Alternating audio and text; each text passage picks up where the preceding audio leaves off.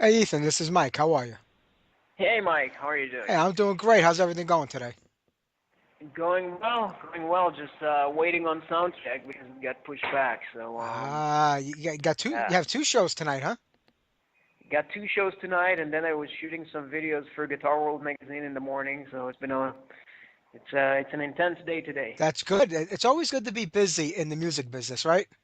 Oh, absolutely, Well, absolutely. look, I know you have a brand new record out now, Live the Dream, another instrumental record. I mean, the first one was amazing. I mean, it's been about 4, maybe 5 years since the last record came out, so you're kind of overdue, but I can get like not wanting to rush it because if you're not really feeling it or have the material, I can see not rushing to put something out, but was the intention to wait this long in between albums?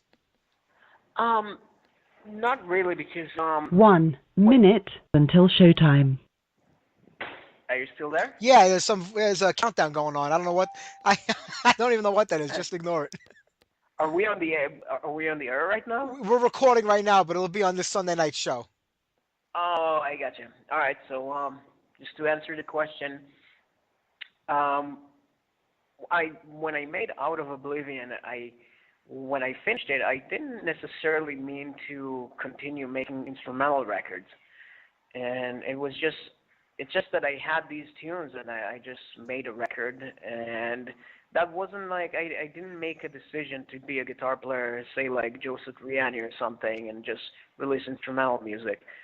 But a few years later, there was a period that I just felt like writing, and I ended up writing a bunch of instrumental tunes, and I just Your at some show will go point live in 5 seconds. Four, at some point I three, just thought that two, um, 1. Yeah, I can hear you, you Ethan. still there? Yeah, I think it's Yeah, over. okay, yeah. All right. Yeah, so at some point I just decided I have some time, so maybe I'll just record another instrumental um, record, and that's really the reason behind that. So it was a long time in between, just because I didn't really plan on making more instrumental records. At this point, I'm probably gonna make another one. I'm not sure how long it's gonna take me, but probably we'll work on it. Maybe, hopefully, record it next year. Yeah. Well, I mean, do you still have Burning Heat going?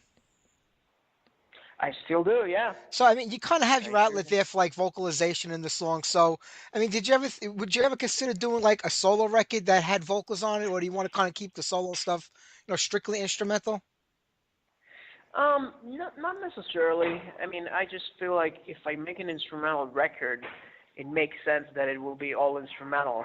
But even in with my instrumental band, I think that we'll experiment with having maybe a couple of songs with vocals, and just to keep it a very entertaining show. And it's possible that I'll have a solo record with guest singers and stuff like that, which will be a solo record of mine, but with songs, not instrumentals. So yeah, all these things are possible. Although I prefer songs to be under a band name, and not just a solo project for myself. Sure, I get that. Yeah, sometimes I think you're better off doing the instrumental stuff because I don't have to tell you, singers, they think who they are. A lot of them have big attitudes, so it gets kind of hard to deal with them. And then a guitar player on top of that, that must be a recipe for disaster. Yeah. Plus, good singers and yeah, good frontmen are just impossible to find. So Yeah. for me, I don't know. It seemed like the instrumental thing actually kind of worked, and it worked in a way. It worked better than I expected, and it's just growing and growing. So I figured, you know what? I didn't really give it a lot of attention, and I didn't think I could really do anything with it. And people kept telling me like, "There's nothing you can do with the instrumental thing," and I still keep hearing about that all the time. But you know what? It might actually have a chance to do something. Yeah. Well, I think if you go back to like the late 70s, early 80s when, hard rock and heavy metal really started catching hold and rising, I think doing an instrumental record back then was a much tougher sell. It was a very niche market. Me personally, I think it's more open today. A lot more people open-minded to having that, instead of the traditional, vocals and stuff like that. I think it's a little more open now. People more willing to listen to it. I think Joe Satriani had a lot to do with that back in the 80s. Do you feel Yeah. it's a better market now for instrumentals? Um, I kind of don't think it's a really good market for instrumentals because I think in the 80s you had, Shrapnel Records was much bigger, and you had all these guitar players making instrumental records, and I think that was really the time for that. And nowadays it seems like, I don't know, nothing is really that big unless you're Justin Bieber or something, Yeah, when everyone's kind of like out there for themselves, and the market is just so overly saturated just because anyone can make a record nowadays. So you have thousands of instrumental guitar players. So I don't know. I don't think there's much of a market for it. But you know what? You can almost create one. true. I think what you just said holds a lot of weight because you were saying like anybody today can kind of put out their own album. I mean, like four teenage kids in a garage can easily record something. I Exactly. mean, not maybe the greatest studio quality, but they can record something and have CDs burned and sell them online or anywhere. Where years ago you had to get a record label to sign you, and they kind of like nurtured you and did the work. That's gone today.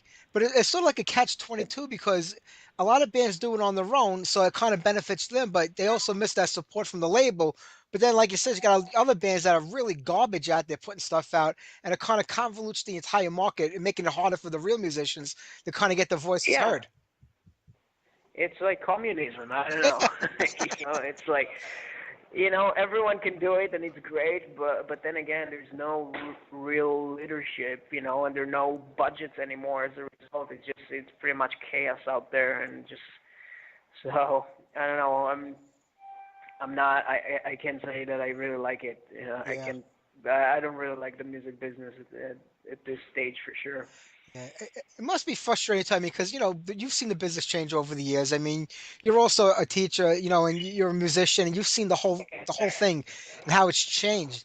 And I guess the business end of it really must affect you as a musician because you have to do more of the business today than probably ever before. And does it really like interfere with your creative side?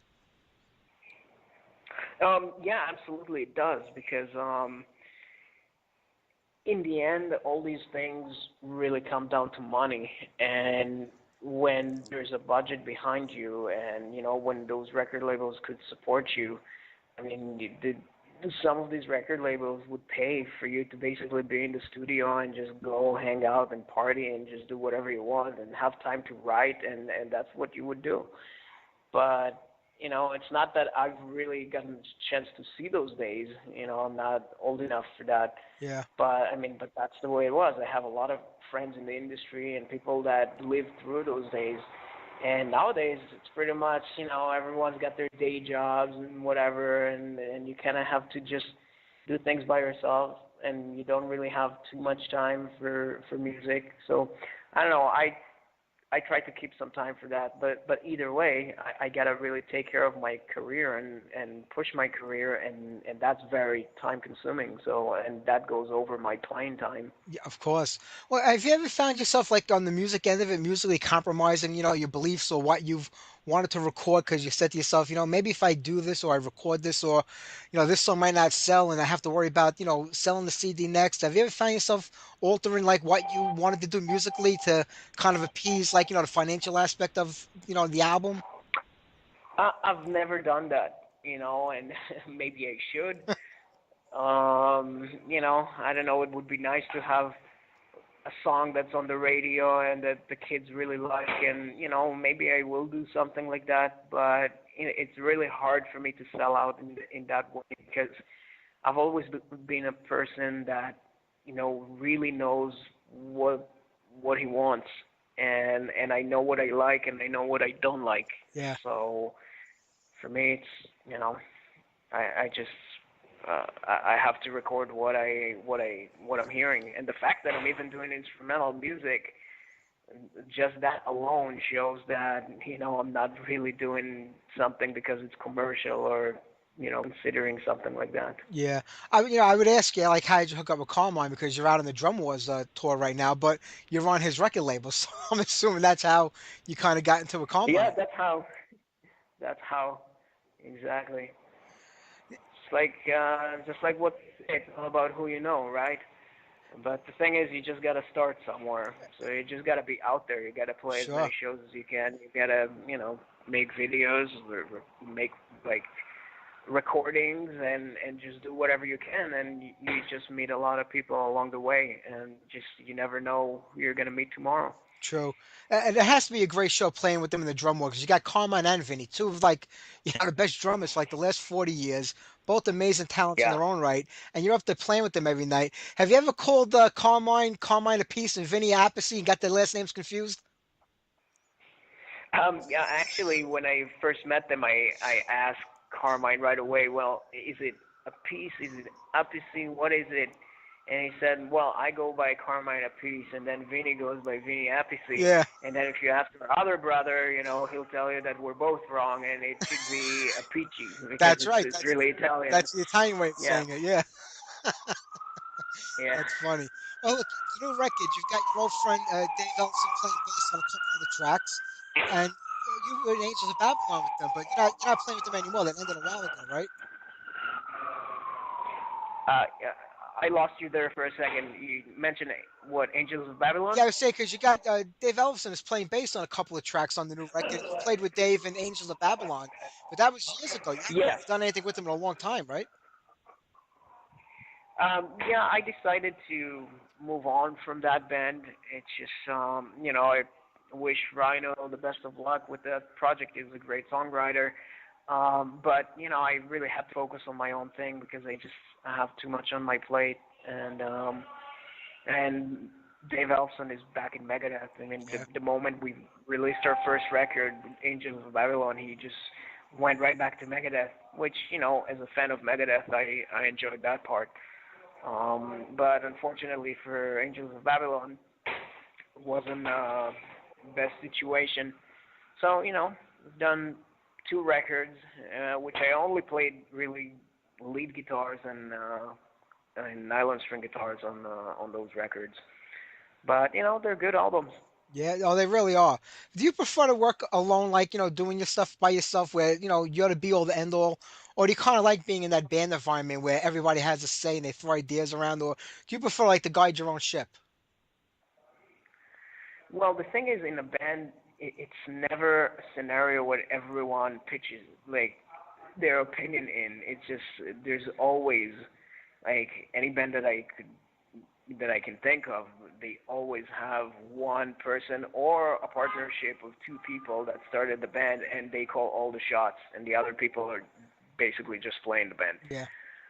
Um, well, you know what? It's like, of course, when you're by yourself, it's like you get to just do whatever and call all the shots. But then again, everything is on you, and it's like all the work is on you, and it's more difficult in a way, and it's less fun in a way too, because you just don't hang out with the guys, and like there's something really special about being in a band, and I like it. You know? Yeah, I'm not, you're an amazing guitar player. You already know that, and a lot of people that listen to your Oh, music know thank you. that. What is it about heavy metal? I mean, I'm sure you got into it as a kid and you grew up with it, but what does heavy metal offer like a virtuoso guitar player that maybe other styles of music don't? I mean, because I kind of hear a little bit of everything in your sound. I'll hear Spanish flamenco music, I'll hear classical, I hear a tinge of, every kind of genre of music mixed in what you're playing, even though metal and rock is, the dominant force in it. But what is it about metal or heavy metal or hard rock that turns you on that said, this is the kind of guitar playing I want to, spend my life doing and not classical or Um, jazz or blues. I don't know. It's just like the first day that I discovered Iron Maiden, and I just fell in love with that. And then just like realizing that I asked my neighbor who knew we were just kids, and I'm like, so how did they get that sound? And he's like, that's an electric guitar. I'm like, "Hey, so you mean like something with six strings can Yeah. sound like that?" And he was like, "Well, yeah." So I was just obsessing about electric guitars at that point, and just plugging into a distorted guitar and playing a chord and having it be loud. And I just thought it was the coolest thing ever. And you know what? Now, years later, I think it's even cooler than when I first, discovered that. So there's something about, just the energy of and the a rock band is like when it's done right, it's so powerful that there's just nothing like it. I mean, not to diss any other styles, because there's such beautiful music out there, I listen to flamenco. It's also really powerful in a way. But and jazz can be really interesting, and of course classical music, and but all these things, if I play them after a while, I really need to like go really loud and hit Yeah, a couple of chords that would really, just like blow my hair up. So, yeah. Well, I also so think that metal music in general, especially as a guitar player and doing instrumentals, kind of allows you the freedom and the ability to kind of mix in all other styles of music into it, incorporate it into the song and make it your own. Where if you're playing a strictly classical piece, putting a metal part into that would sound out of place and not fit right. And same with a lot of other music, yeah, but metal kind of accepts it all when you do it the right way, and you can kind of make it fit and have that freedom to, try different styles. yeah, I never felt like I wasn't free playing heavy metal. If I wanted to do something, like play over some changes that are not the typical thing, I mean, you can always kind of incorporate it into heavy metal and make it sound like it makes sense. So, I don't know, there's something about that style that Yeah. I love it, It's like but it has to be done right because very often it's not done right. And but when it's done right, it's the best thing in the world. That's the truth. Hey, Ethan, I'm not going to keep you much longer. I know you're busy. You got your sound check in a little bit. What do you have planned for the rest of the year? I know you have a few more shows with Vinny and Carmine. Last year, I think you Yes. were out with Yinkvey for a while. That was amazing. Yeah, You have anything coming up that this was year? incredible. I'm planning my own tour to support Live the Dream for possibly October, and doing maybe the Northeast and some of Canada. So I'm working on that at the moment. During the summer, I'm teaching at Berkeley, and then doing local shows and stuff like that. And I'm starting to write my next record, and doing some stuff. Hopefully, record the Burning Heat record. So I'm always working, but as far as other shows, big shows, I guess we'll just have to wait and see. Like we're just working on booking some stuff like that. That's okay. I'm going to be at the second show tonight at 10:30, so I'm looking forward to seeing you playing and Oh, seeing awesome. and seeing Carmine and Vinny there. And where can people go to pick up the new record? I know you have your own website. Are you selling the album through the website, or is there somewhere else they can go to get the record?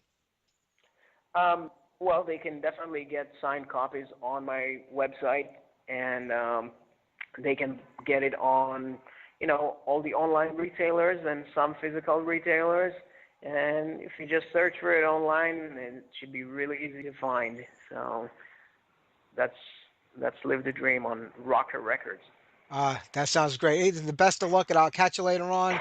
You have a good show for the All right. first one. Thank you so much, Mike. You got it. I'll see you later. You got it. All Take right. care. Thank you.